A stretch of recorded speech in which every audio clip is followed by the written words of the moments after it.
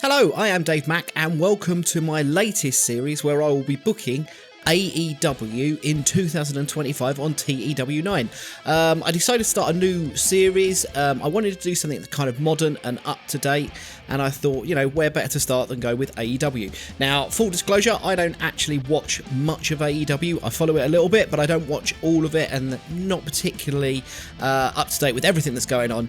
But I thought they've got a really interesting roster. There's a lot going on, and I really like the idea of trying to overthrow the WWF or WWE.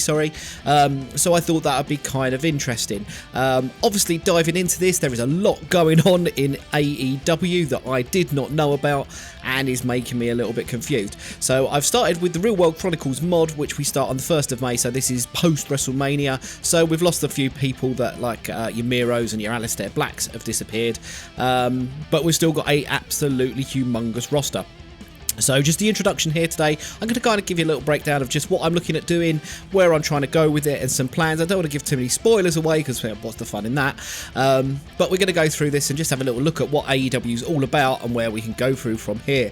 At the moment, I've got a user character. I'm not Tony Khan. Tony Khan is the owner. I have got a booker who I am. However, he will stay anonymous for the minute because I don't want to give away who that is, as they will become quite important in the long-term story. So I guess one of the first things that really jumps out to me is I'm meant to have 26 active wrestlers. I have got 124. Now, don't get me wrong, in real life I think Tony Khan does a really good job, because what he does is he kind of keeps these guys on contract. They're contracted to AEW, but quite a lot of them are allowed to work elsewhere. They're allowed to do their own kind of indie shows and all that. So I think what he does in real life is really kind of nice, because he gives all these wrestlers a bit of a safety net so that they're earning a living. No one's out there kind of living on the poverty line and just relying on indie bookings. However, from a TEW9 point of view, 124 wrestlers, when let's have a look at our events, we have 2 shows a week, is going to be absolutely ridiculous. There's absolutely no way on God's green earth I can deal with this roster. Going through it, there is a lot of nonsense and people I have never even heard of. So first things first, I've got to work out exactly who I'm going to cut and how many. Honestly, I've got a bit of an idea that I might do a brand split. Genuinely, if I was to do a brand split, I probably would want to cut that down by maybe about 40 to 50 names. I think there is going to be a lot of wrestlers that we can get rid of, so I think we'll see quite a few of these guys. I think when we go through it, there's a kind of weird amount of occasional wrestlers, like a Billy Gunn, who's also a road agent. We've got millions of road agents knocking about as well, I think. It don't take a genius to work out that, the roster is bloated. There we go. We've got Nope. That is my user character. I will not be telling you who that is until they're there. But, we've got road agents coming out of our ears here. We've got a lot of guys who are working as wrestlers. We've got guys like, Brandon Cutler. They're wrestlers. They're agents. It's just a bloated roster. So, please, get in the comments below and let me know, first of all, who on earth should we be getting rid of? Looking down this, we've got guys like the Rizzler. I don't know who this kid is. I've absolutely never in God's green earth heard of him. So we've got a load of people I've never heard of. Quite a lot of them are going to get bunged off. Even if I do a brand split, I am going to need to have a balanced roster though. We're going to need to keep stars. We're going to need to have our mid card, and we're still going to need some jobbers. So this isn't just going to be let's just cut all of all of our unimportant unknown people. This is going to be a kind of, the unknown is a really big list. We're going to still have to keep some of these because we need jobbers to the stars to make it work. But, what are we going to do? Having looked at it, I'm going through here as well. We've got absolutely zero storyline set, which is absolutely magic for me.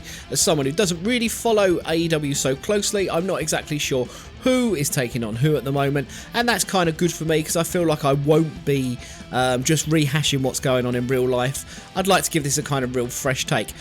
I suppose one negative is I go through stuff like stables. Again, AEW, big fan of these. Half of these I've never even heard of. I know we've got the Death Riders, who is obviously Moxley and Claudio. These are really big, important stables as far as AEW is concerned. I'm not exactly sure exactly how they work in the company, but I'm going to kind of give them my own little spin, really. I like the Don Callis family. Again, this is a bloated one. I see people like Lance Archer. My God, there's a very good chance he's going to get binned off. So yeah, we've got a lot here to deal with. We've got a lot of, you know, the Costco guys. Don't have a clue who any of those three are, so I can almost guarantee they're going to get binned off. The Elite, these are going to be massively important to the whole storylines that I've got going on, so I'm quite interested in that one. We've got the Hurt Syndicate, who I'm a big fan of as well. I think we've got a lot of talent there. So yeah, I was drawn to it because there's a lot of interesting stuff going on with the roster, just too many on the roster, so we're going to really have a real good cull of those. Might even do that on a live stream just because it's a laugh going through cutting everyone, and we can all go, ooh, they're terrible, and that's really good fun. As I say, for the events that we've got going on, we've got 2 2-hour shows. Whether I keep it that way, I'm not sure, but that's a lot of wrestling to book, but we'll see how that goes. But I'm fairly confident we'll get through there. What I'm going to do is we've got, 1, 2, 3, 4, 5, 6, 7, 8, 9. I prefer to have a pay-per-view every month. I know it's a bit WWE and a little bit what we do, but we've been conditioned to that, and I quite like the idea of a pay-per-view every month. What I might look to do, because I am quite keen on this idea of doing a brand split, just to split between the two, and I've got a little bit of an idea of how that might work as well, which is why I wanted to do this diary.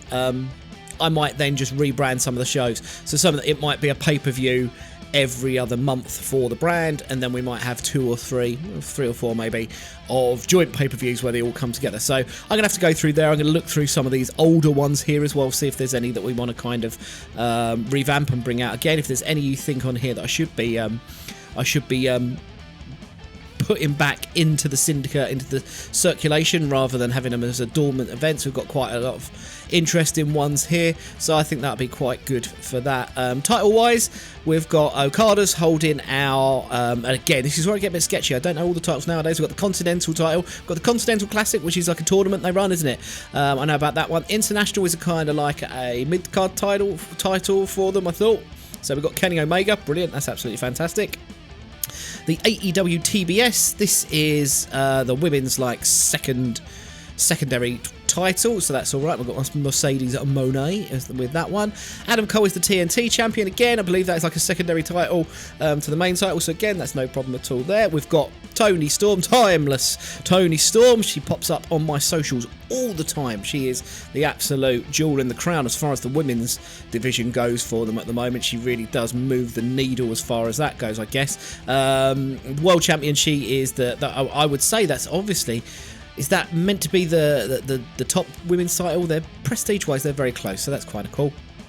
World champion Moxley, yep, that makes sense. I can understand that one. We've got the tag team one, which is Lashley and Shelton Benjamin, which I'm happy with that as well. And they've got a trios title, which I'm quite interested in the trios title, because I've never really booked trios, so that's quite interesting there. I like the idea of Samoa Joe and Hobbs and Shibata as well, so I think that'll be an interesting one. What we want to try and do, and I think we're going to see down on a few of these, we want to get rid of this vacant nonsense that we get coming up on AEW far too often. So that's why I want to really try and bring a little bit more of continuity to booking AEW than they have at the moment. I think we've got a really promising roster, if way too big. I think we all know that, and I find the idea of 120 or so wrestlers a little bit intimidating to deal with, because I don't have the time or the patience for that. So this is going to be quite therapeutic for me to bin off a lot of these guys. But yeah, let me know what I should be doing with a lot of those. Outside of that, I think we all kind of know about AEW. There's not much I can sort of tell you as far as history or how it's going to be booked. I'm going to try and stay fairly close to how it works in real life. We are going to look at those workers with the work rate rather than going for the just big entertainers who can't wrestle. But outside of that, yeah, I'm really looking forward to this one. I've got a few plans for what we can do. I was motivated for this one. I met Will Ospreay at a pub the other week, and I thought I wanted to start a new save.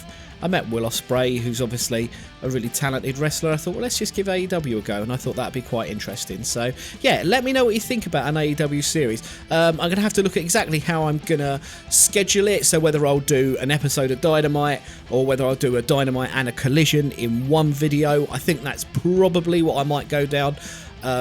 If I brand split, I would probably drop them down to an hour and a half, and we'll just do one video for both of those. But again, let me know what you think here. And again, I've got myself on camera down in the corner. Hello. Let me know what you think about that. Do you want to see my ugly mug again? Is it all right? Some people like faces, some people don't. Who knows? But let's have a go. Let's see what's going on, and let's just do this together. What I really love about the YouTube series is we can kind of dive in all together. We can have lots of conversations in those comments below, because you know what? It's half the fun, isn't it? We kind of book it as a team rather than me just doing what I want, because I get bored easily and I'll just put together some old rubbish that I always do. Where if I can get some people like you out there giving some really good input, it'll be really fantastic. It'll be, you know, all elite. That's what we'll have, an all elite booking team. So yeah, let me know what you think, and let me know what direction I'm going. Who should I be pushing on this roster? Who am I going to go through and go, oh, I'm not quite sure. I mean, we've got some guys on here that I think will be interesting. We've got Hologram, who I've seen him flipping about and stuff. Who on here should I be pushing? Who should be binned off? Who do we need to get moving up the roster? And who is, you know, who's just twiddling their thumbs? The butcher and the blade. I mean, we've got guys like this 47-year-old unimportant wrestler. I've got a feeling people like that might get the chop. But yeah, let me know who have I got to keep and who have I got to get rid of, and what's the best way of booking AEW? Who am I going to get the best results from? Do I stick with the elite, or is there some new blood I should be pushing through? Please let me know in the comments below, and until the next video, I will see you very soon.